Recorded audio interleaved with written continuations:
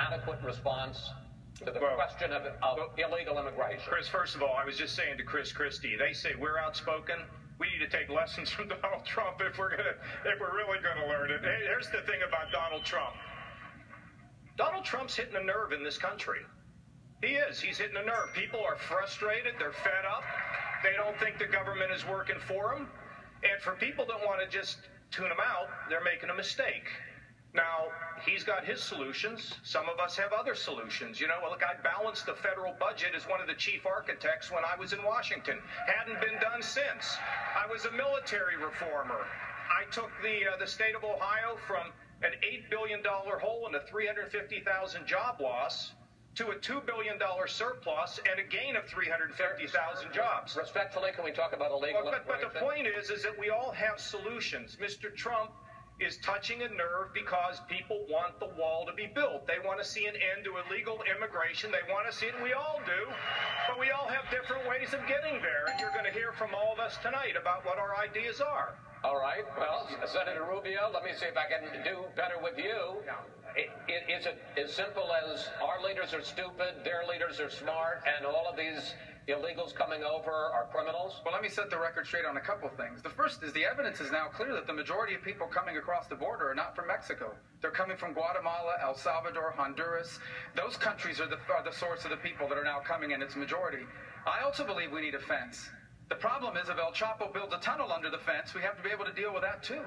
And that's why you need an E-Verify system, and you need an entry-exit tracking system, and all sorts of other things to prevent illegal immigration. But I agree with what Governor Kasich just said. People are frustrated. This is the most generous country in the world when it comes to immigration. There are 1 million people a year who legally immigrate to the United States. And people feel like we're being taken advantage of. We feel like despite our generosity, we are being taken advantage of. And let me tell you who never gets talked about in these debates. The people that call my office, who have been waiting for 15 years to come to the United States, and they paid their fees, and they hired a lawyer, and they can't get in, and they're wondering maybe they should come illegally. And so these are important issues, and we should address it. It's a serious problem that needs to be addressed. And otherwise, we're going to keep talking about this for the next 30 years like we have for the last 30 years. Governor Walker,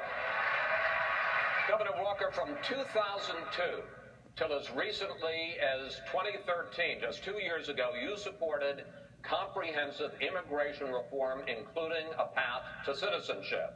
Now you say that was a quick reaction to something you hadn't really thought about, and that you've changed your mind. Other than politics, could you explain why in the last 2 years you've changed your position on a path to citizenship, and are there other past positions that we shouldn't hold you to? Yeah, well, Chris, I actually said it on your show earlier this year. I flat out said, I acknowledge that. I said I actually listened to the American people, and I think people across America want a leader who's actually going to listen to them.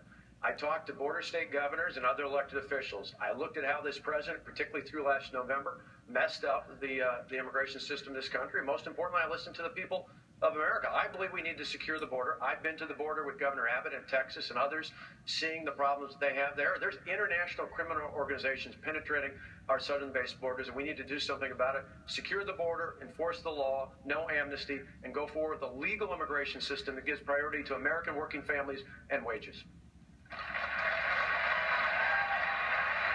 Senator Cruz, some 1,400 people submitted questions on this very hot topic of illegal immigration on Facebook, and a number of them were about the murder of Kate Steinle in San Francisco, allegedly shot down by an illegal. Doug Betancourt sent this question: will you support Kate Steinle's law, which would impose a mandatory 5-year prison term